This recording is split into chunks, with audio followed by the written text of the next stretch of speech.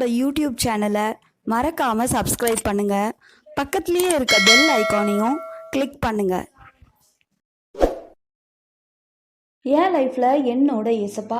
இன்றைக்கி நம்ம ரொம்ப ஒரு சூப்பரான ஒரு புதுமையை பற்றி, அந்தோனியார் செய்த ஒரு மிராக்கிள் பற்றி நம்ம பார்க்க போகிறோம். அந்தோனியாரோட பேர் அப்படின்னாலே கோடி அற்புதர் அப்படி தான் அவங்கள சொல்கிறாங்க. மிராக்கிள் ஒர்க்கர்னு சொல்கிறாங்க. அதிசயங்கள் செய்பவர் அவர் அப்படின்னு. அப்படி என்ன பெரிய அற்புதங்கள் செஞ்சார். அந்த ஒரே ஒரு அற்புதத்தால் அந்த ஊரில் இருக்க எல்லா ஜனங்களுக்கும் ஒரு மனமாற்றம் வந்துச்சு. அதை பற்றி இந்த வீடியோவில் நம்ம பார்க்கலாம். அந்தோனியார் அப்படின்னாலே நம்ம எல்லாருக்கும் ரொம்ப பிடிச்சவர் அவர். இந்த உலகத்தில் ரொம்ப கம்மி நாட்கள் வாழ்ந்தவர். ஒரு 30-32 வயசு வரைக்கும் தான் அவர் வாழ்ந்திருக்கார்.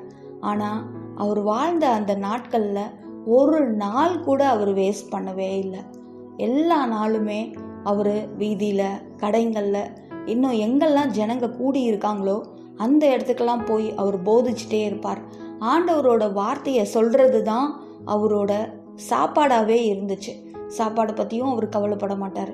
காஞ்சி போன ரொட்டி துண்டு ஏதாச்சும் கிடச்சிச்சின்னா அதை ஒரு வேளை தான் அவர் சாப்பிடுவார். நைட்டு தூக்கமும் அப்படி தான். நைட்டு எப்போவும் தூங்குறதுக்கே லேட் ஆகிடும், எல்லா வேலையும் செஞ்சுட்டு அவர் வரும்போது. அதுக்கப்புறமா 150 சங்கீதத்தையும் அப்படியே படிச்சுட்டு அதோட விளக்கத்தையும் படிச்சுட்டு அப்புறம் தான் அவர் தூங்குவாராம். ஒரு அரை மணி நேரம் கூட சரியாக தூங்க மாட்டாராம். அதுக்குள்ளே சாத்தான் அவரை மேலேருந்து கீழே, கீழேருந்து மேலேன்னு அவரை உருட்டி போட்டு பந்த ஆடுவானாம். அப்புறம் அந்தோனியாரோட ஒருத்தல் முயற்சி என்னன்னு நம்ம பார்த்தோன்னா, அவர் சாதாரண தரையில் தான் அவர் படுத்து தூங்குவார். இடுப்பில் ஒரு பெரிய சவுக்கு கூட கட்டி வச்சிருப்பாராம். அது அவர் படுக்க முடியாமல் அவரோட உடம்பை போட்டு குத்திட்டே இருக்குமா. ஆண்டவருக்காக அந்த கஷ்டத்தை நான் தாங்கிக்கணும் அப்படின்னு சொல்லிட்டு அவரோட உடம்பை அவரே வருத்திக்கிட்டாரு.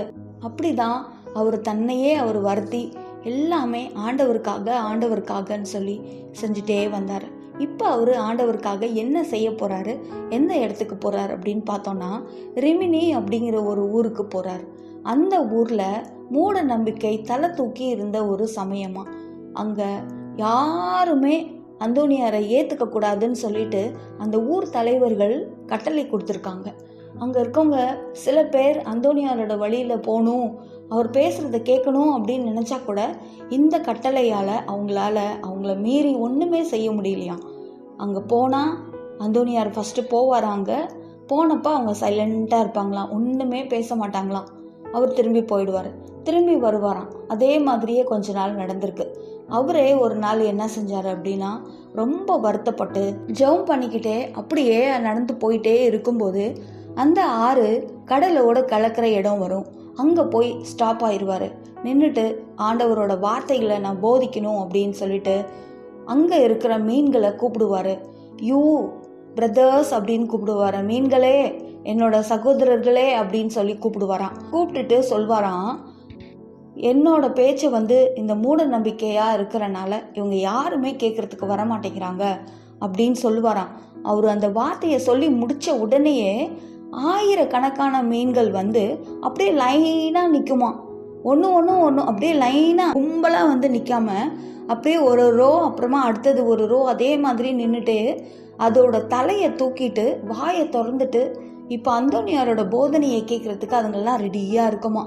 இப்போ அந்தோனியார் அதை பார்த்துட்டு இன்னும் சில மீன்களும் அப்படி கூட்டம் கூட்டமாக பெரிய மீன், குட்டி மீன், சின்ன மீன், நிறைய மீன்கள் அப்படியே அந்தோனியாரோட வார்த்தையை கேட்குறதுக்கு ஆயத்தமாகுவாங்களாம்.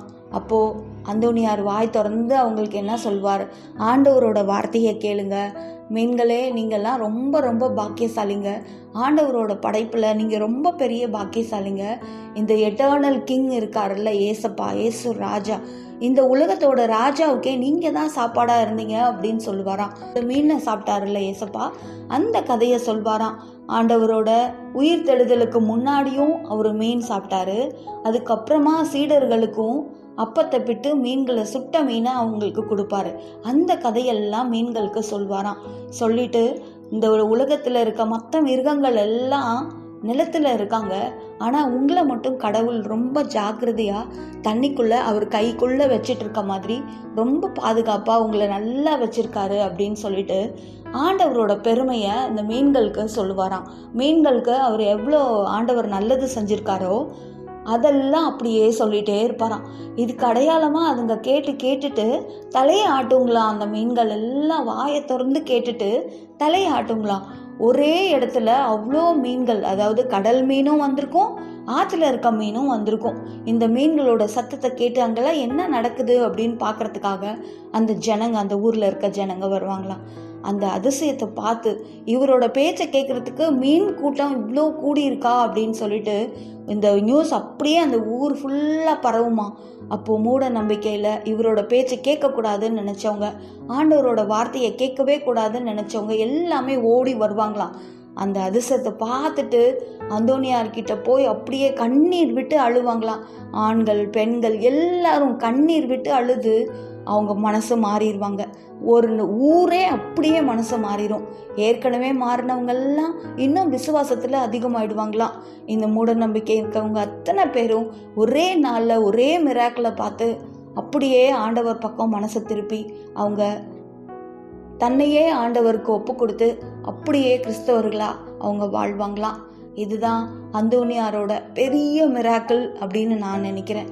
ஏன்னா ஒரு ஊர் ஃபுல்லுமே, ஒரு முழு ஊரும் அந்த கூட்டத்தை, மீன் கூட்டத்துக்கு இவருக்கு போதிக்கிறத கேட்டு மீன்கள் கூட தலையாட்டுதுன்னு சொல்லி அப்படியே மனசு மாறி அந்த ஒரே நாளில் நடந்த அந்த நிகழ்ச்சி தான் ரொம்ப பெரிய மிராக்கிளாக இருக்கும் அப்படின்னு சொல்லிட்டு உங்களுக்கு சொல்லலாம் அப்படின்னு தான் நான் இன்னைக்கு உங்களுக்கு இதெல்லாம் சொல்லிட்டு இருக்கேன். மீன்களே அவரோட பேச்சை கேட்டு தலையாட்டும் போது மனுஷங்க ஆண்டவர் நம்மளை எவ்வளோ உயர்வாக படைச்சிருக்காருன்னு நம்ம ஒரு நிமிஷமும் நினச்சி நம்ம சந்தோஷப்படணும். மீன் கூட்டத்துக்கு அவர் சொன்னார்ல, தண்ணிக்குள்ளே உங்களை பத்திரமா வச்சு பார்த்துட்ருக்காருன்னு, நம்மளை எவ்வளோ பாதுகாப்பாக அவர் கைக்குள்ளே வச்சு பார்த்துட்ருக்காரு அப்படின்றத நம்ம ஃபீல் பண்ணாலே போதும். ஆண்டவரை நம்மளுக்கு ரொம்ப பிடிச்சிரும். ஆண்டவரை நம்மளை ஒரு தடவை நம்ம ஆண்டவரை பக்கம் திரும்ப பார்த்தோம் அப்படின்னா போதும், ஆண்டவர் நம்மளை விட்டே கொடுக்க மாட்டார். அந்த சந்தோஷமே தனியாக இருக்கும். தேங்க்யூ.